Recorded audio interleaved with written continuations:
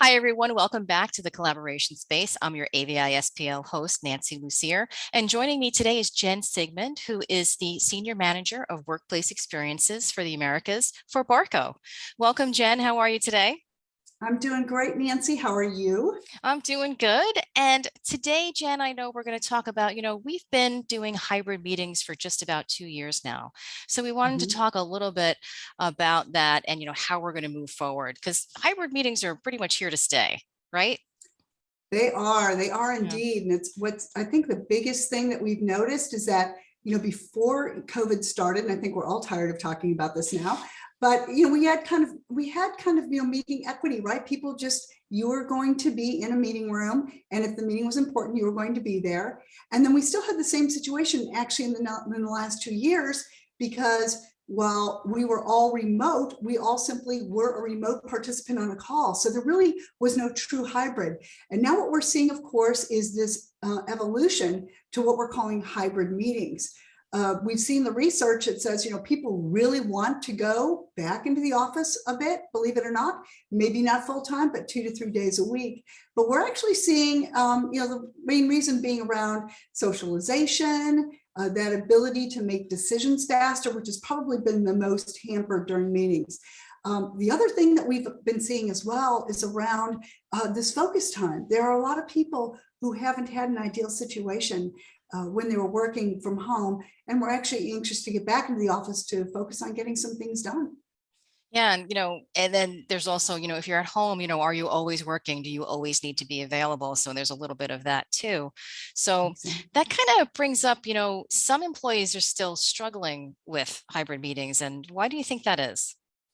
Yeah, so we have seen this the case. So again, we're really starting to just evolve into hybrid meetings now, truthfully, is we've got people heading back into the office. They're trying to figure out what's going on within an office as they're setting up meetings there. And then how do they bring in people remotely who are going to continue to work from home remotely?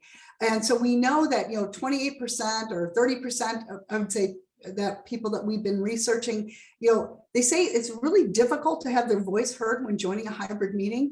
And if we think about hybrid meetings, it's still, when you come back into the office, it still tends to be office centric in terms of we focus on the people in the room, and there may be a camera or so in a meeting room. We don't necessarily tend to look at that camera or necessarily engage with those who are outside the room. So there's definitely a challenge in there.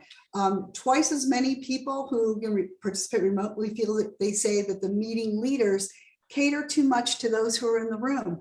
So again, it's a situation of, well, I'm not there. So how do we start shifting our thinking a little bit? Because before it has been focused on the room, now we're trying to figure out how do we create that equity space for Yeah. those who are participating regardless of where they are. So you mentioned a little bit of challenges. So what are some of the challenges with joining and then navigating the hybrid meeting, whether I'm in the office or at home? Yeah. So there's a number of issues, but let's kind of focus on the tech issues, since that's where we see the biggest thing. Yeah. About 50% wrestle with simple things like cables, right?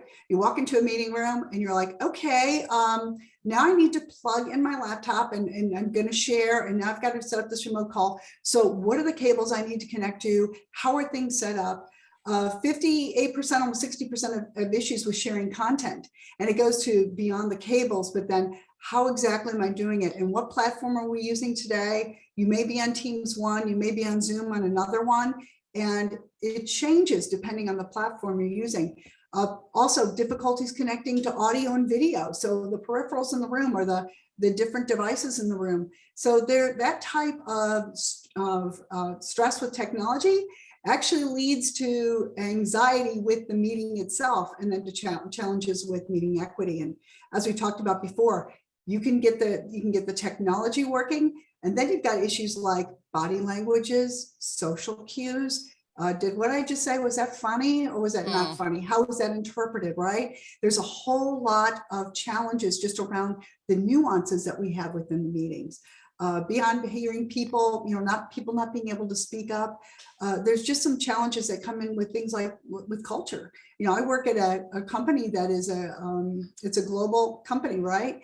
So invariably, there's always challenges in the room regarding, exactly who's doing what. So, Yeah, it sounds but like I have a lot more to think about than just show up at the meeting, right? Yeah. But the good thing is that, about 80% of people say that easy to use, good to use technology can make meetings a lot better. So it's just a matter of trying to figure out what's that good mix to create that optimal Yeah, experience. yeah. You talked a Yeah. little bit about the meeting platform, Jen. How can, choosing the right platform, make my collaboration experience that much better?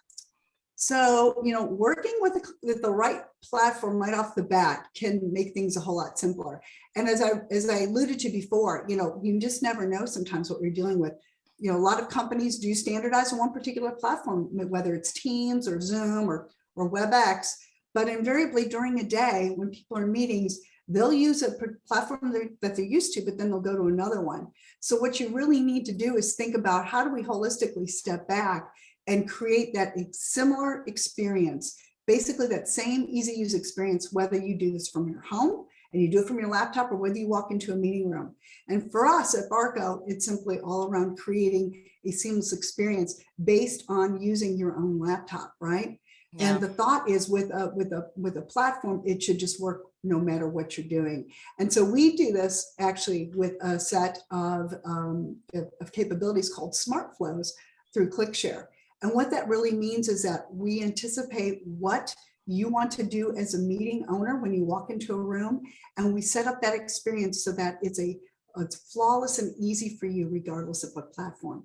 And if I could, I'll just explain a little bit more about that. So Yeah. theoretically, if I walk into a meeting room and I have my laptop with me, if I walk into that room, it would be really nice if automatically something just popped up and said, "Hey, Jennifer, we see that you've entered this meeting room and we see that you want to start a call. So click on this button here."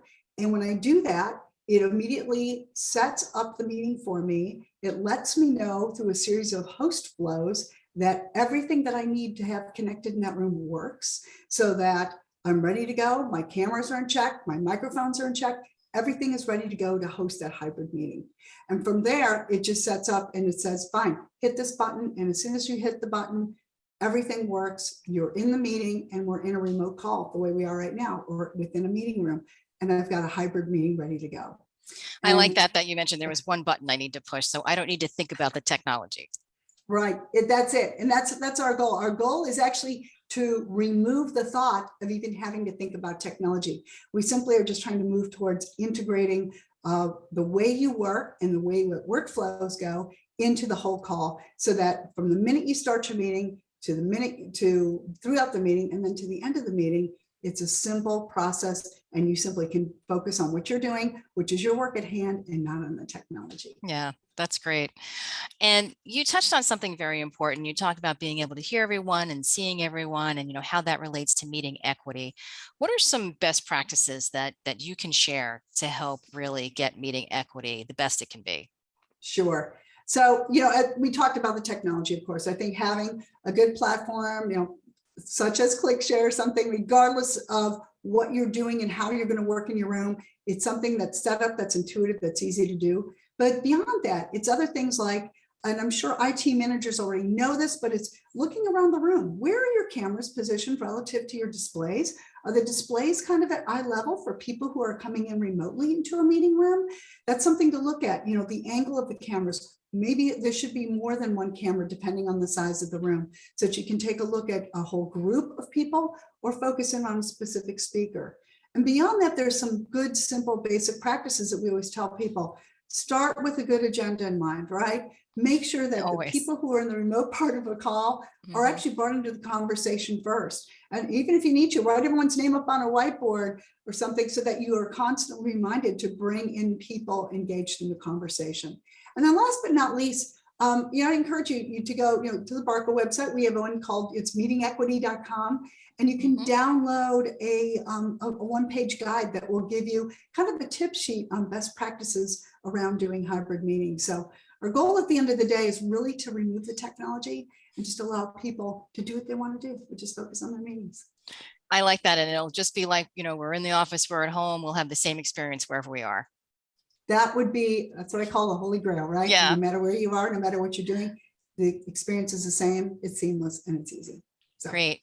Well, we'll make sure we put the link to that resource you mentioned in our show notes. And Jen, thank you for being here today. Appreciate it. Thank you, Nancy. I appreciate it. It was a lot of fun. Take care. Great, great. And want to make sure that all our listeners know that you can subscribe to our YouTube channel at ABI SPL Info to catch all of our video podcasts. And you can also listen on the go to the audio version on your favorite podcast app, be it Google or iTunes or Apple Podcasts, Spotify, iHeartRadio, and more. Thanks again, and we'll see you next time in the collaboration space. For more information, visit avispl.com/Barco.